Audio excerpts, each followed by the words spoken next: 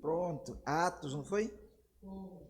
Joia, Atos capítulo 2, versículo 38 a 41. Meus irmãos, a maior dificuldade hoje, principalmente na nossa igreja presbiteriana, e a gente tem que lutar para isso, é voltar a falar da palavra, a evangelização. Nesses anos que se passaram, a igreja presbiteriana tem se calado demais em relação à evangelização. Tem se calado ao ponto de deixarmos de falar nas praças, nas ruas, nas casas, no trabalho, na escola, e onde quer que um crente esteja lá, nós estamos calados demais. É difícil hoje ver um crente presbiteriano pregando em uma praça, em um ônibus, ou até mesmo batendo de casa em casa, como era antigamente, para pregar o evangelho. Nós queremos vir ouvir o evangelho no templo e somente no templo. Esquecemos de pregar esse evangelho. Graças a Deus que o Senhor tem colocado alguns que têm este ministério de pregar o evangelho em determinado lugar. Mas a maioria hoje dos irmãos, eles estão calados e não conseguem então pregar o evangelho. Não por falta de vida, não por falta de alimento, porque nós recebemos alimento toda semana. Bom alimento, uma boa teologia, uma boa palavra, mas nós esquecemos de não só nos nutrir, mas também de nutrir outra pessoa através da pregação do evangelho. E precisamos voltar a isso, voltar a essa prática de pregar o evangelho. Em Atos, no capítulo 2, versículo 38 a 41, Pedro então responde à multidão, depois de fazer um grande sermão, um sermão que impactou algumas vidas e muita gente ali, ouvindo o evangelho, foi impactado pelo evangelho ali. Pedro, então, respondendo à indagação dos irmãos, o que é que vamos fazer agora? Pedro, então, responde, a resposta de Pedro é o seguinte: arrependei-vos e cada um de vós seja batizados em nome de Cristo, para a remissão dos vossos pecados, e recebereis o dom do Espírito Santo.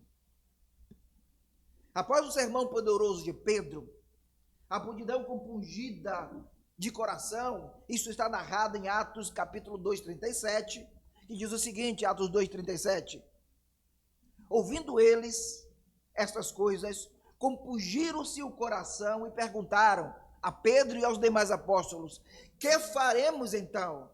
Essa é a pergunta crucial depois de ouvir o evangelho. Precisamos falar do evangelho, mas a pergunta no coração daquele que ouve o evangelho é o seguinte: o que faremos agora? Qual é a nossa atitude agora, depois de ouvir esta palavra do Senhor? Por isso essa palavra tem que ser pregada, para que possamos então levar Cristo para aqueles que ainda não conhecem o Senhor, e poder então dobrar o número daqueles que aqui estão, para que então o Senhor possa ser glorificado e exaltado em todos os lugares. Bom, precisamos entender um pouco o texto. A primeira resposta de Pedro, a primeira coisa que Pedro fala é: arrependei-vos. Hendrickson, um comentarista bíblico, ele diz o seguinte, ele enfatiza que o arrependimento aqui não é apenas um remorso ou tristeza pelo pecado de uma mudança radical de mente e coração, uma conversão genuína de Deus, é um reconhecimento da culpa e voltar-se para Cristo com fé. A primeira recomendação de Pedro, depois de ouvir o sermão, de ouvir que Cristo é o único Senhor e Salvador da sua vida, ele diz: arrependei-vos. E ele diz, quando ele fala isso, ele diz, é o reconhecimento que o homem é pecador, que o homem precisa de Cristo para arrependimento da sua vida. é reconhecimento que nós não somos nada, que nós passamos sem Cristo de um trapo de imundícia, que sem Cristo nós não vamos a lugar nenhum, que sem Cristo nós não somos nada, e continuaremos ainda no lamaçal do pecado. É o reconhecimento que somente Cristo é o Senhor e Salvador da nossa vida.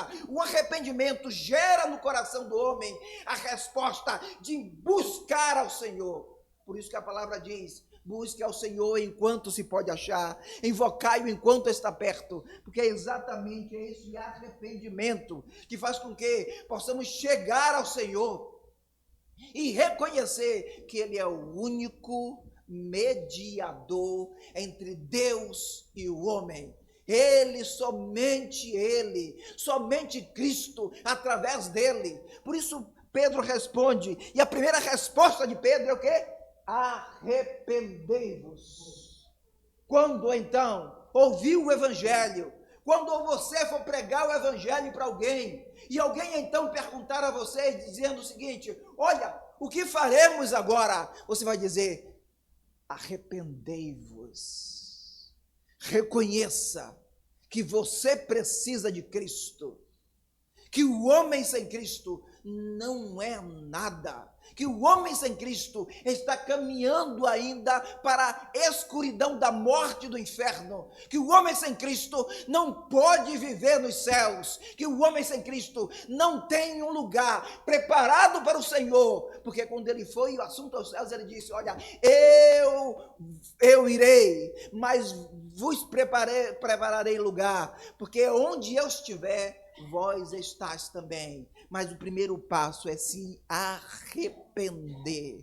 O arrependimento gera não um desvio, mas uma volta para trás, um retorno para Cristo. O homem que estava desenfreado em busca de tantas coisas deste mundo, ele olha e vê que o caminho que ele está seguindo não é um caminho bom, que vai gerar morte. Então ele para imediatamente e retorna para o Criador. Assim é o arrependimento dos nossos corações. Tem que haver este arrependimento para que possamos então voltar atrás. Mas o texto continua, e Pedro diz: arrependei-vos, e cada um de vós seja batizado em nome de Cristo Jesus. Logo depois do arrependimento, o apóstolo Pedro vai dizer: cada um de vós seja batizado em nome de Jesus Cristo. O batismo aqui, neste ponto, é um sinal externo e visível da fé e do arrependimento. É um ato de identificação com Cristo, é uma morte e ressurreição, simbolizando a purificação dos pecados e o início de uma nova vida. A expressão onde diz em nome de Jesus indica que o batismo é realizado com autoridade e poder de Cristo, e aquele que é o centro da fé cristã.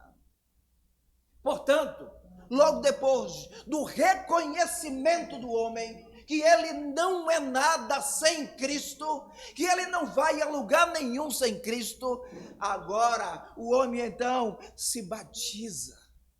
E o batismo então, ele mostra para que todos possam ver que esta pessoa não é mais aquele que estava caminhando para uma direção que não tinha caminho de vida, mas caminho de morte. Agora, todos verão, todos contemplarão e todos olharão para ele, e então verão que ele se arrependeu, e agora ele volta para o Senhor. Publicamente, ele diz, não somente ao seu próprio coração, mas diz também àqueles que podem ver que Cristo realmente é o caminho, a verdade e a vida. E é exatamente pelo batismo, que é um sinal visível então, tá certo? Ou para que todos creiam que realmente Jesus Cristo, Ele é o Senhor. O apóstolo Pedro continua na sua resposta dizendo: e cada um seja batizado em nome de Cristo para a remissão dos vossos pecados. Para a remissão dos vossos pecados. Nesse trecho, a palavra nos diz aqui claramente, e Pedro continua dizendo: para perdão dos seus pecados. O perdão dos pecados é o resultado da fé em Cristo e do arrependimento. O batismo, embora não seja a causa do perdão, é um sinal do selo dessa grande graça divina. Portanto, para perdão dos seus pecados, nós precisamos reconhecer que Cristo realmente, somente Ele é o caminho para Deus. E somente Deus pode perdoar pecados. O pecado não é perdoado de maneira nenhuma por qualquer criatura criada por Deus aqui na terra. Ninguém pode nos representar senão Cristo. E somente Ele pode perdoar pecados. Nenhum homem sobre a terra pode perdoar pecados, mas somente Cristo, somente Deus pode perdoar pecados. Portanto, este reconhecimento que Cristo é o nosso Senhor e esse sinal visível que houve uma mudança de vida, gera então o perdão dos nossos pecados. Pedro continua na sua resposta dizendo: e receberão o dom do Espírito Santo. Para Hendrickson, aqui, o dom do Espírito Santo é uma promessa para todos que creem. Destaca que o Espírito Santo é essencial para a vida cristã, capacitando os crentes para o serviço, testemunho e santidade. E então, o dom que o Espírito Santo dá, e receberão o dom do Espírito Santo, eles recebem o dom para testemunhar, para crer. Eles recebem o dom para a salvação. Eles recebem o dom do Espírito Santo aqui neste momento para testemunho, para serviço e para andar em santidade, para ser separados para o Senhor.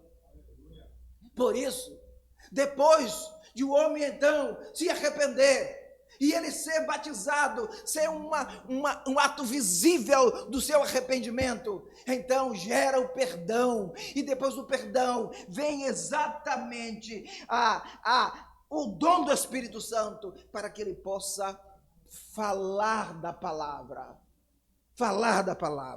Mas o Pedro continua o seu sermão dizendo o seguinte: e remissão dos vossos pecados, e recebereis o dom do Espírito Santo, pois para vós outros é a promessa para os vossos filhos e para todos que ainda estão longe, e quantos o Senhor nosso Deus o chamar.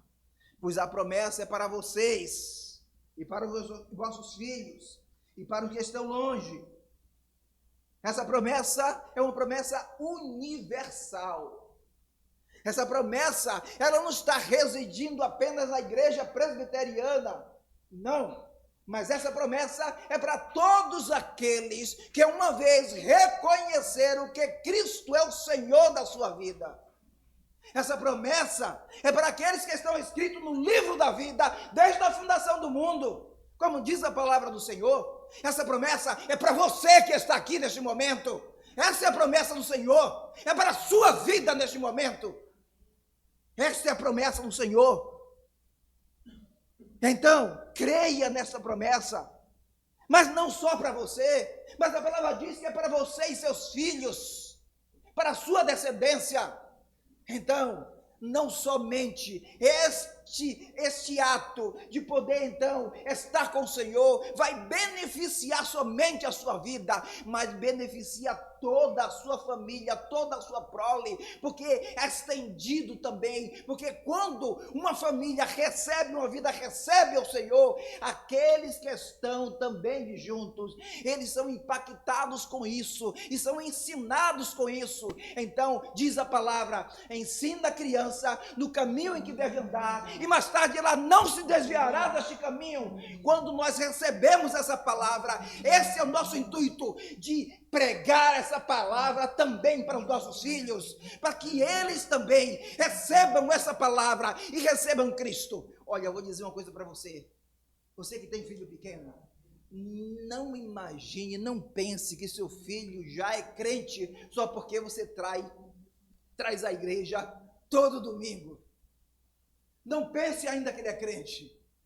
Pregue a palavra para ele, insista com ele, traga ele para a igreja, para a escola dominical. Eu fico olhando às vezes, porque eu pergunto para algumas senhoras da minha igreja, já perguntei várias vezes, cadê teu filho? Está em casa. Por quê? Estava dormindo tão gostoso, pastor, não acordei não. Estava chovendo, eu não trouxe não, porque estava chovendo. Mas para a escola, você leva até cair no canivete, você leva para a escola. E se ele faltar à escola, você não deixa ele faltar à escola. Traga ele para a escola dominical. E se ele não, mas ele não quis ir, eu vou forçar ele a ir, porque você força ele para a escola quando ele não quer. Traga para a igreja, traga para a escola dominical, ensine a criança no caminho em que deve andar. Enquanto ele estiver na sua casa, enquanto estiver com você, é você que manda. Um dia, um filho disse para sua mãe: minha mãe, eu vou para o carnaval. A mãe dele disse: você não vai para o carnaval. E ele disse: eu vou. Ela disse: você não vai para o carnaval.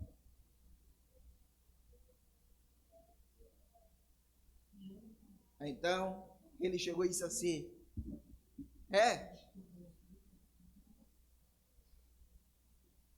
eu não vou mais amar a senhora.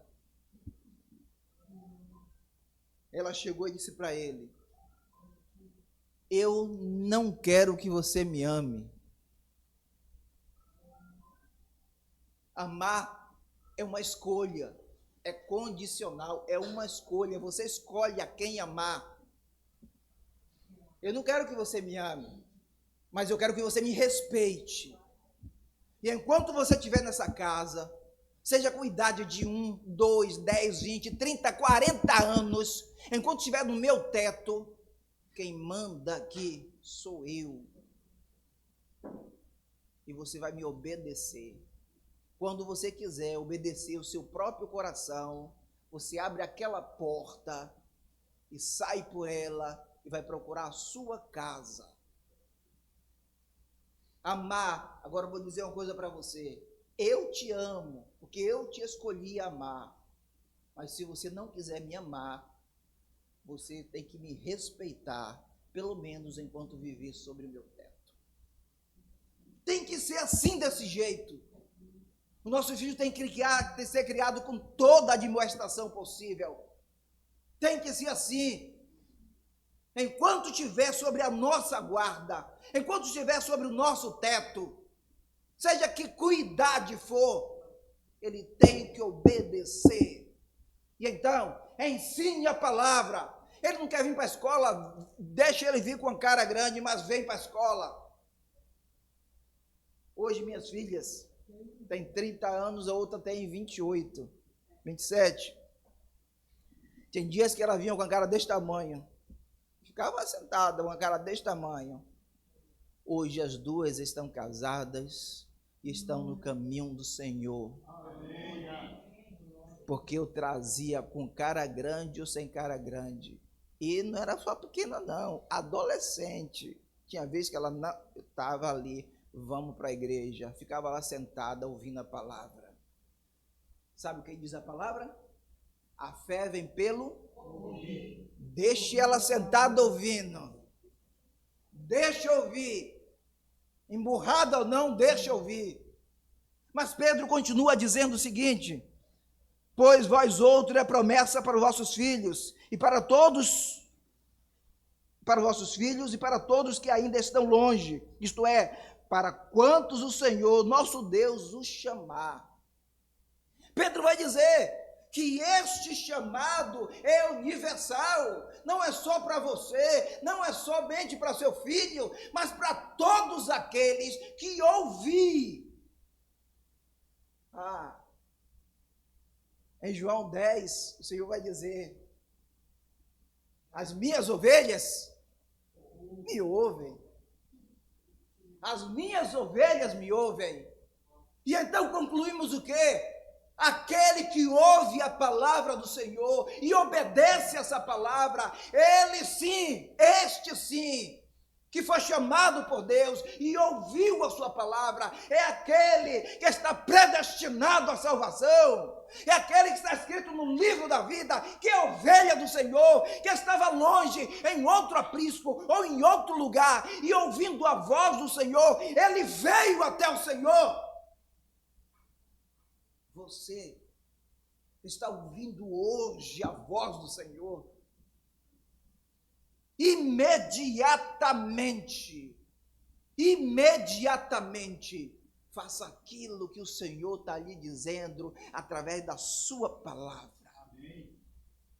Este evangelho, ele transpõe barreiras de sexo, transpõe barreiras de sociedades, de classes sociais, transpõe a barreira de cor, de raça, de nação.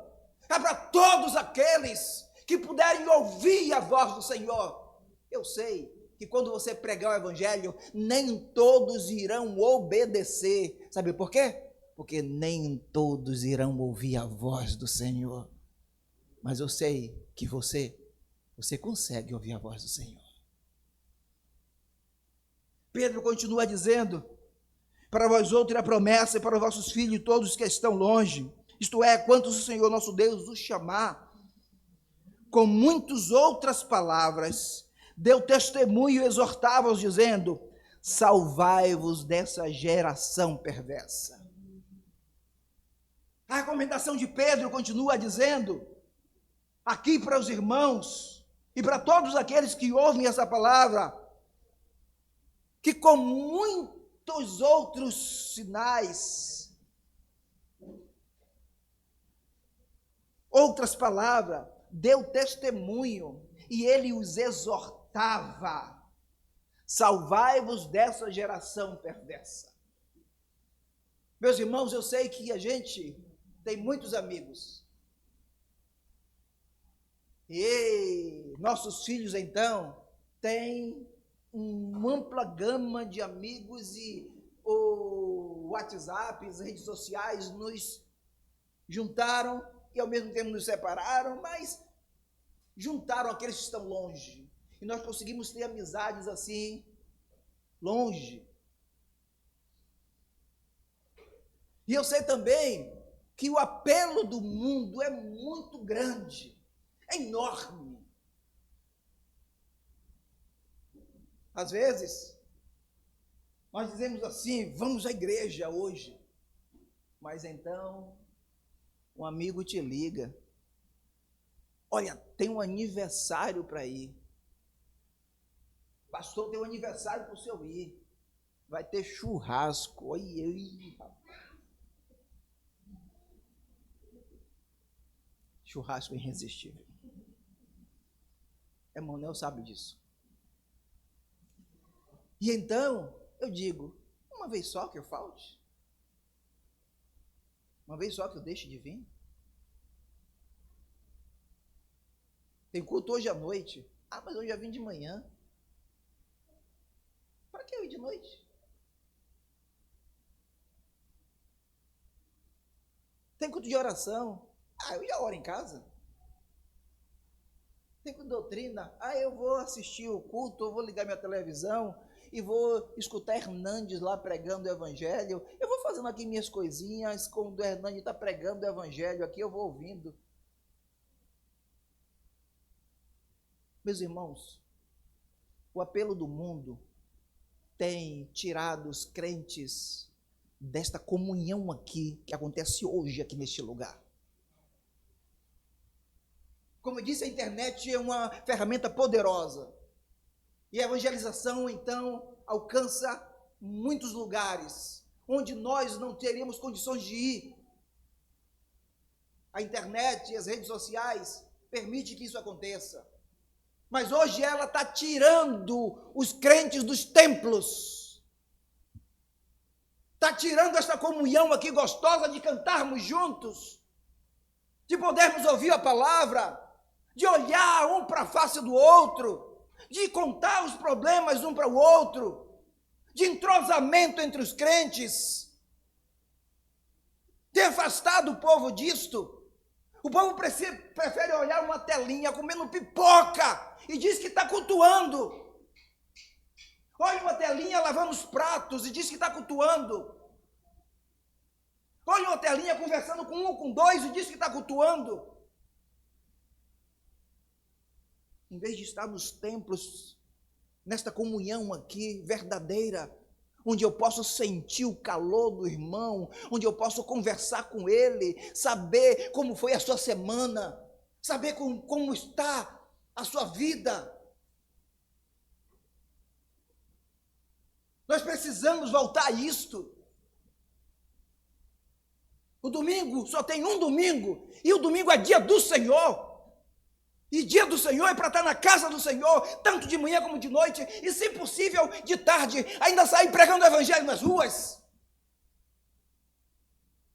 Para que no domingo à noite possamos trazer um ou dois. Quantos amigos você tem? Quantos amigos você trouxe já para a igreja? A palavra nos diz assim, pregar o evangelho somente, mas fazer discípulo. E fazer discípulo não é somente pregar o evangelho e deixar lá. Não existe isso. Fazer discípulo tem que haver convivência. Para treinar os seus discípulos, o Senhor andou 3 anos consecutivos com eles. Somente falando da palavra? Não. Ele andou na casa de Pedro, curando a sogra de Pedro. Por isso que Pedro saiu de Jesus. Ele foi curar a sua sogra. É só brincadeira. Vocês se distraíram um pouquinho.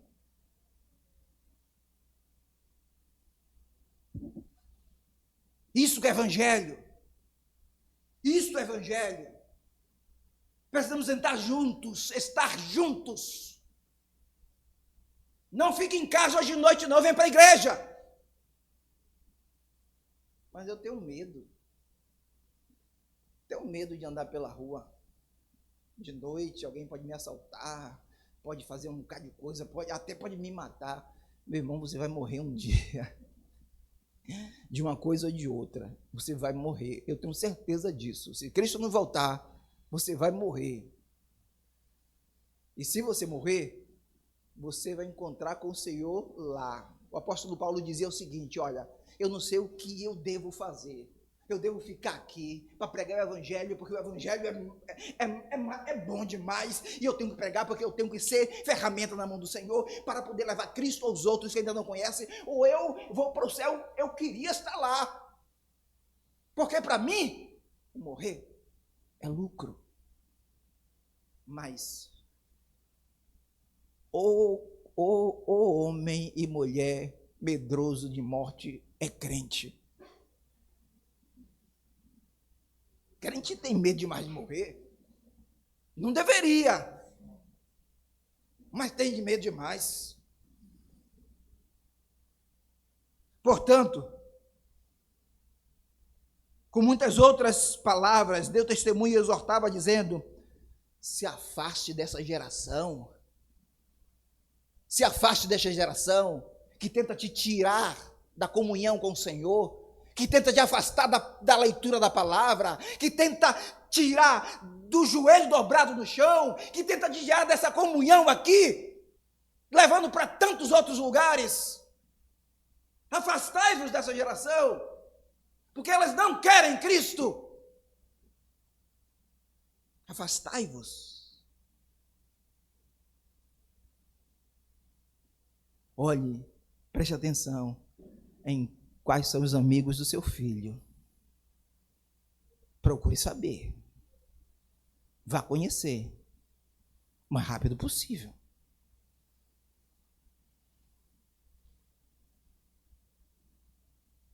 Versículo 41, então, os que lhe aceitaram a palavra foram batizados, havendo um acréscimo naquele dia de quase 3.000 pessoas.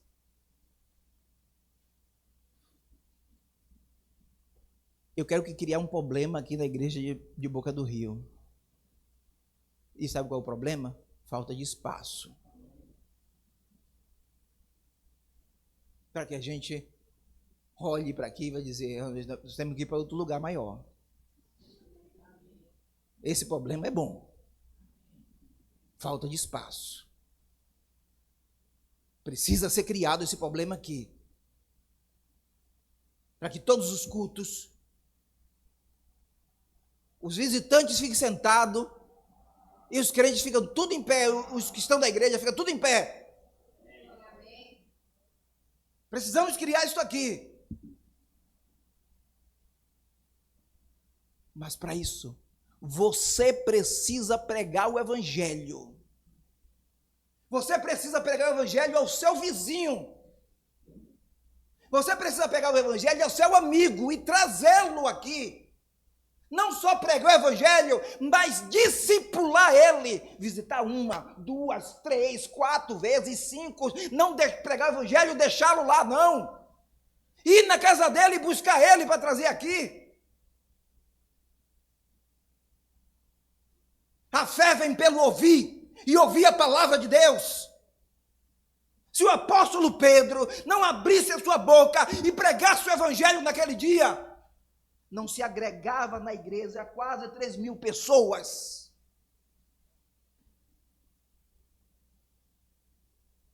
Você precisa abrir a sua boca e pregar o evangelho, porque você está dando a alguém algo de bom, de maravilhoso, de precioso, que é Cristo. Você está sendo ferramenta nas mãos de Deus, para pregar o evangelho, para falar do evangelho. Abra sua boca, testemunhe desse evangelho, não só de forma de testemunho físico, mas de testemunho verbal. Pregue o evangelho. Diga que Cristo pode salvar, que Cristo pode modificar vidas, que Cristo pode restaurar casamentos, que Cristo pode restaurar, curar doenças. Mas se nada disso acontecer, pregue que Cristo pode salvar do inferno.